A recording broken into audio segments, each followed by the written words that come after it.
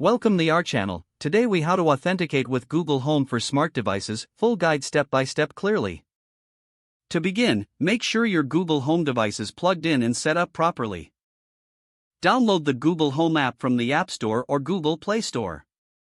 Open the Google Home app on your smartphone or tablet. Sign in with your Google account if prompted. Once logged in, tap the plus icon in the top left corner to add a new device. Select Set Up Device from the menu options. Choose Works with Google to link your smart device. Scroll through the list or search for your specific smart device's manufacturer. Tap on the manufacturer's name to start the authentication process. You may be redirected to the smart device's login page. Enter your account credentials for that specific device. Once signed in, grant Google Home the necessary permissions to access your device. After successful authentication, you will see a confirmation message. Tap Done to complete the linking process. Return to the main screen of the Google Home app. Your newly added smart device should now appear in the list. You can now control your smart device using voice commands through Google Home.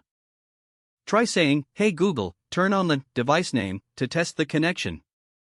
This completes the authentication process for your smart devices with Google Home. If the page does not load, refresh the browser or try again in a private or incognito window. Make sure you are using the correct email address, then retype it carefully to avoid small typos. If your password is not accepted, use the reset option and create a new strong password you can remember. Check your spam folder for verification or security emails, then complete any requested confirmation steps. Enable two-factor authentication if available to improve account security and reduce unauthorized access risk. After signing in, review your profile details so your contact information and settings are accurate and current. If you see an error message, note it down and try again after restarting your device and internet connection. Log out when you finish, especially on shared devices, to keep your account and payment information secure.